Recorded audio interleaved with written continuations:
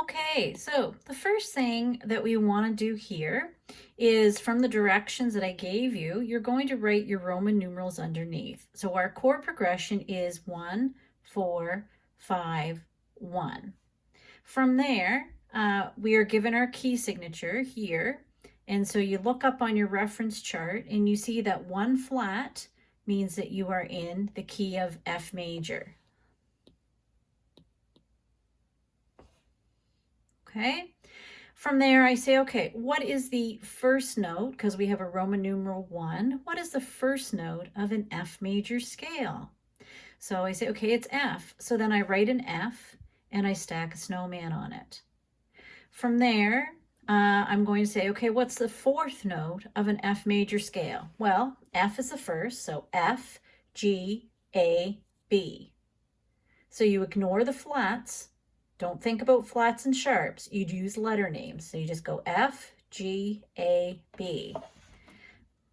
Don't worry about the flat for a minute. For those of you panicking, we'll get to that in a minute. Then from there we go and we do the fifth note.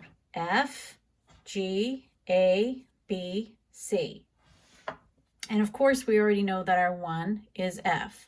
Now we go back and we look at our key signature and we say, okay, that is on the every good boy line. So we have to, if there's a B up here, we have to put a flat.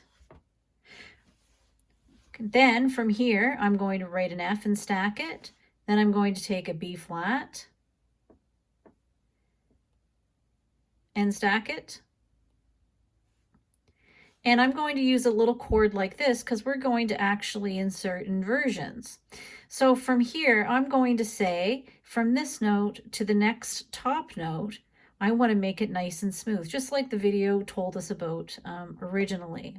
So I'm going to take this top note, this F, and move it down to another F location. I'm going to leave the B flat and the D here, just like so. Okay? I'm going to move on to the next chord now, and I'm going to write a C chord. So I'm going to put a C, and I'm going to put 2 dots above it. That's just my working chords. So when I put the little dots like this, it's my working chords, and my answers are lined up nicely.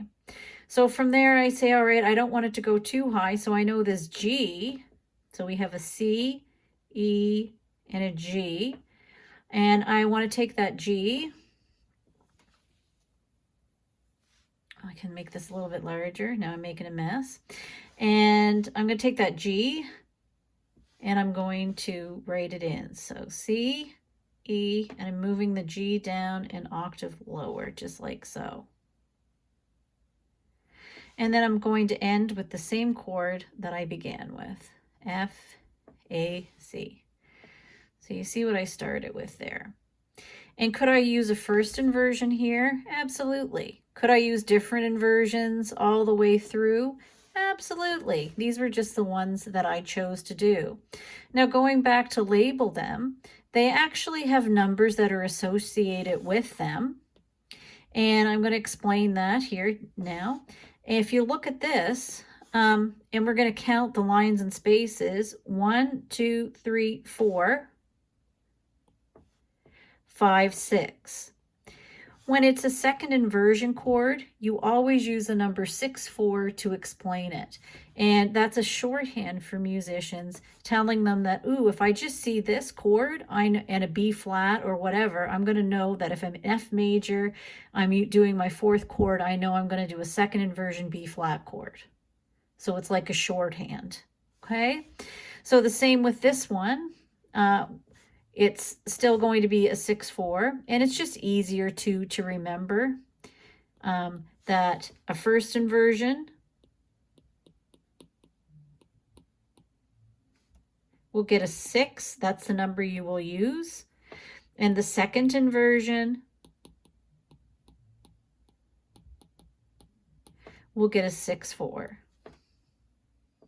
So if you could go on and complete the rest of these in a similar motion, that would be great. And then towards the middle of the week, we will work on something new. Thank you.